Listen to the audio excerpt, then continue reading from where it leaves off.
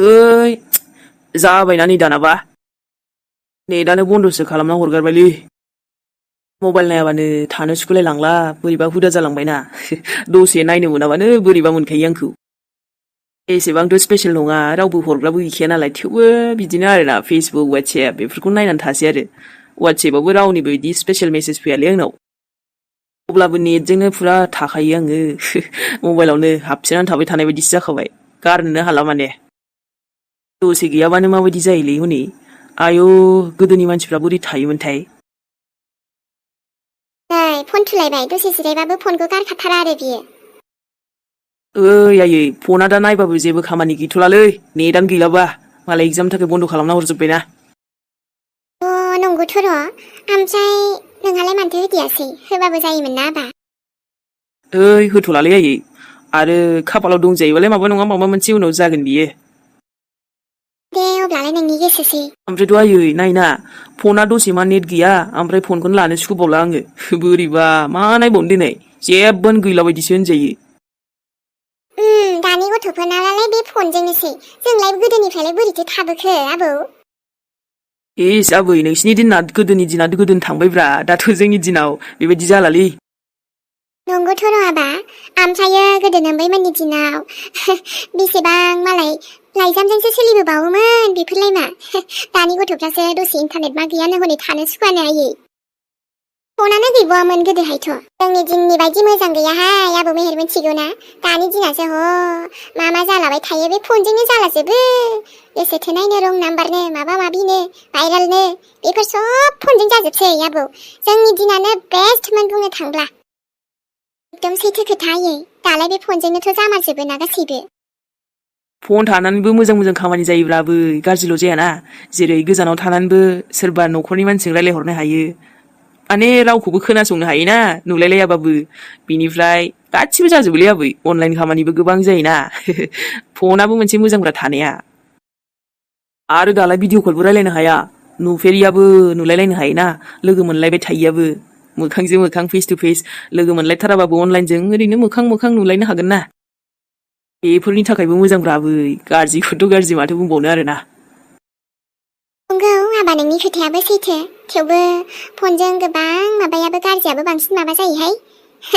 गोदोना बारा दावराव दावसि गैयामोन आरो बेनो मोजां मोनसेया बेनोमोन फन गैयाब्लाना आबै दानि दिनाव जेबो गैयानो होनजायो मिथिबाय नंगौ नामा ओमफ्राय फन थानानैल'बो नङा नों मा होनामोन दासो नेट ना इन्टारनेट खम फैसा जायोहाय बेबो नङा होमबा बिराद थाखा थाङोहाय आयै बिदि सोनायावबो फन बेलेन्सनो 10 थाखा 20 थाखाजों सोलिलाहाय दाना मासे मासे सोनांगौआ खम मामुलि नामा बेबो साख्रि मावनानै बेथन मोननाय बायदिसो बेथन मोनबाबो बेफ्रावनो थांफिनजोबगोन माथो थाङोब्रा आबै नाथाय माथो खालामबावनो उफाय गैया नांगौबो नालाय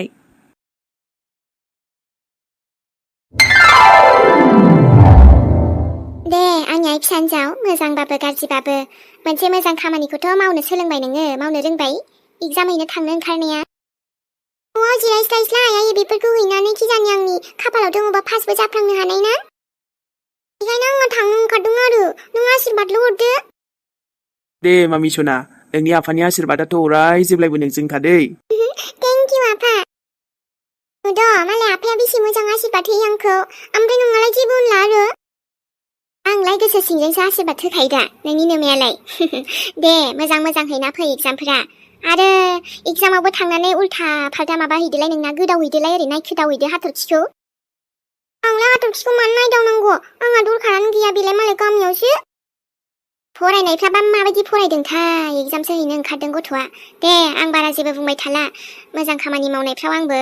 मोजां नोंखौ थुलुंगासो होनो सानखायो दे थांदो आइ मोजां मोजां हैना फैदो माथो दासो आंनि बिमा बायदि मोनदों दा आङो बेफोरबायदि आंखौ आशिर्बादसो होनांगौ मोजां मोजां नाथाय बोरैबा जुदि जाफ्लांबा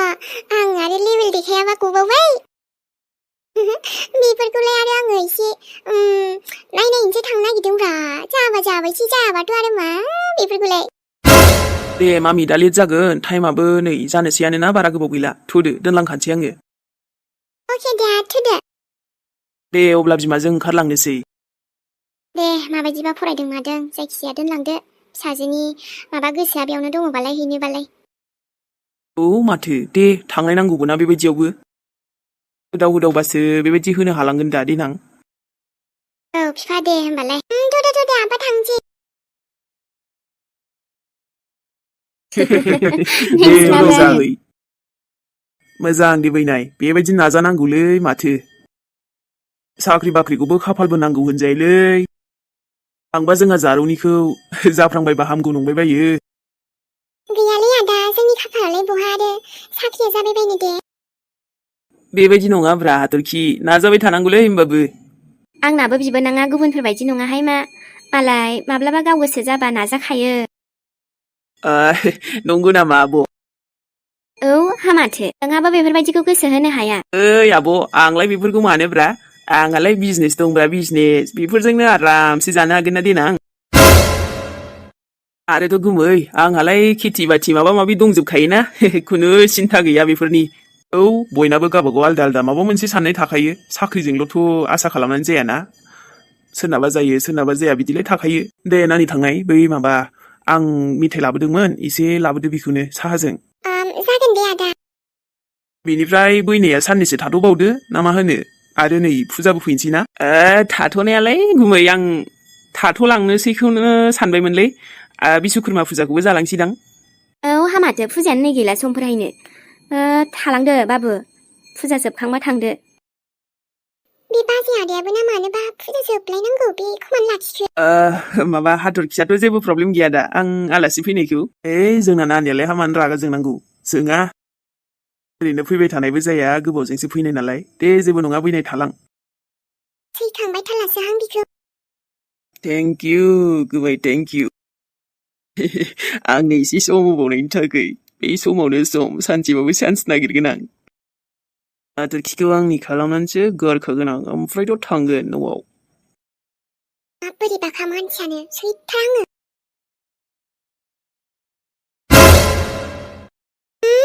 नै नेटखौ दानहरखाबायानो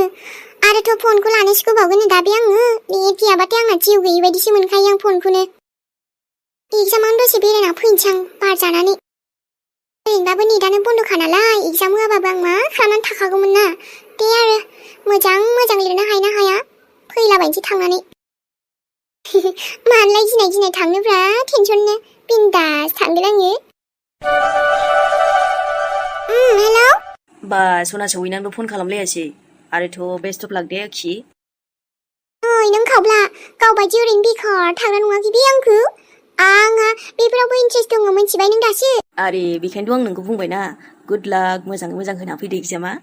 आंथ' बिदिनोसै आरोना आंनालाय माथो दोन खावब्ला आरो खावब्लासिब्ला आंनाव फन हरलाबाय थानाङा आंहा हाबनोसै नै एगजामाव दे होमबालाय आखि बाय गावबायदि खावब्लिब्लिब नंदोंलै बे आंखौ खावब्लाब्लानो ओमफ्राय मोजां हाखाजोबनाय दा आखि फरायजोबनानै फैखादों जाम्बा आं जाबाय आसोल मानसि आसोलाखि सोरबा माबाया जायो हाखायो जोंफ्रा गावबायदि गाधा नङाखि बे आंखौ आयु देलै सना दे नोंनि दिनसै दोनदो खावब्ला आंना टाइमा 2 मिनिट्स गोजौ वेस्ट जाबायना सरि दे बाय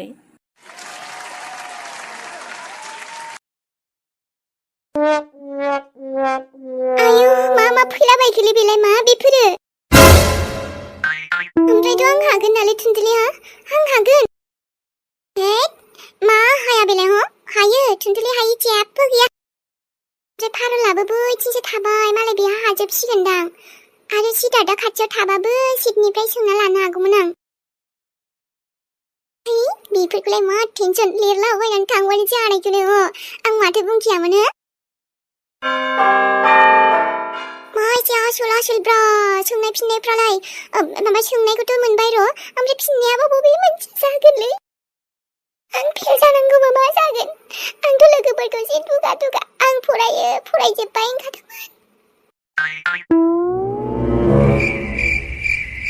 मालायफोरासो मालाय पास जाजोबसिगोन खोमालै आं मा जाबावगोनलै थुनथुलि जेरावबो थालांबा बोरै जानोलै नैबे बि अपसनानो जाखागोन दा मानोना फार्स्ट अपसना जेब्लायबो रं जायो गोसो थोनायानो होन जियानो होन एखनबा समाव बेखायनो नैबे बि अपसना जेब्लायबो पारफेक्ट जायो नैबे मोनसेयाथ' बेनो जाखागोन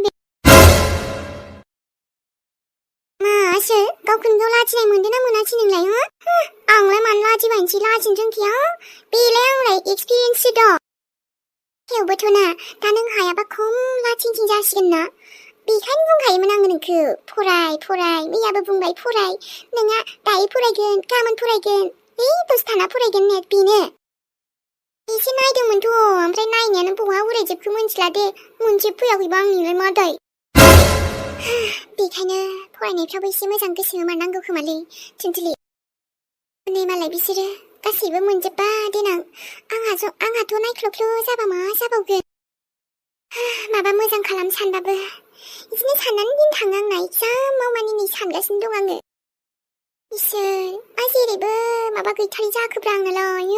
किस्मतआनो मानो बिदि जालांथारखोब्रा आं बारा माथा मारिनो हायालै बेफोरखौ टेनसन लाबाय थाबा जानाय नङा पेपारा कमप्लिट जाबानो जाबाय दे नुदो जालालै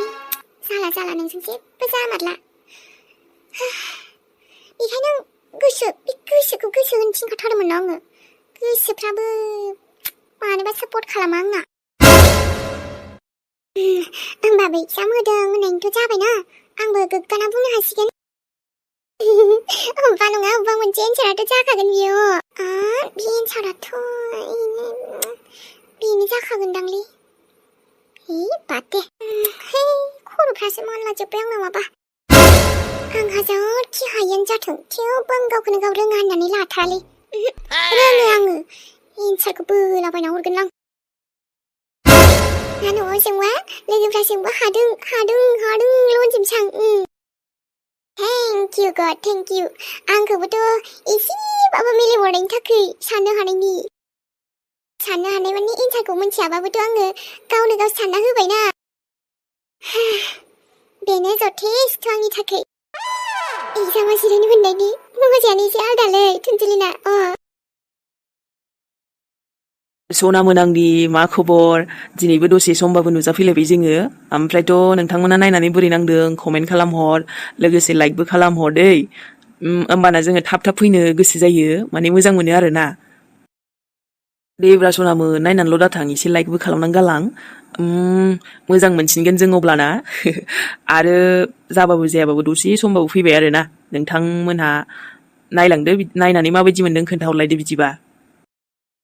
जेबो उसुबिदा गैयाबा जोङो नेक्स्ट एपिसडजों थाबैनो फैफिनसैलाय बयनिसिमबो लाभ इउ बाय बाय सनामोन दे